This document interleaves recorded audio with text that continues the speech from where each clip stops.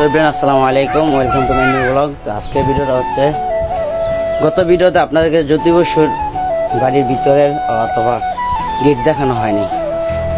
তো আজকে আমরা আসছি জ্যোতি বসুর বাড়িতে।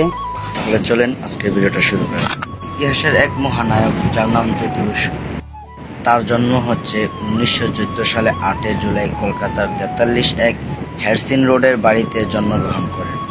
তার শৈশব অনেকটাই কেটে যায় বাংলাদেশের অন্যতম একটি বিভাগ ঢাকার নারায়ণগঞ্জের সোনারগাঁও উপজেলায় বারুদি ইউনিয়নের চৌধুরীপাড়া গ্রামে।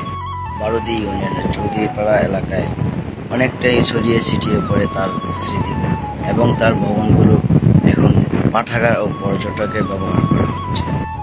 তার পিতার নাম হচ্ছে ডক্টর নিশিকান্ত বসু। নারায়ণগঞ্জের সোনারগাঁও উপজেলার বারুদি ইউনিয়নের চৌধুরীপাড়া এলাকার গ্রামের বাসিন্দা ছিল। তার মাতা হচ্ছে হেমলতা বসু। ভিডিওটা ভালো লাগলে লাইক কমেন্ট শেয়ার করে দিবেন। তো আবারও দেখা হবে নেক্সট পার্টে। আল্লাহ হাফেজ, সবাই ভালো থাকবেন।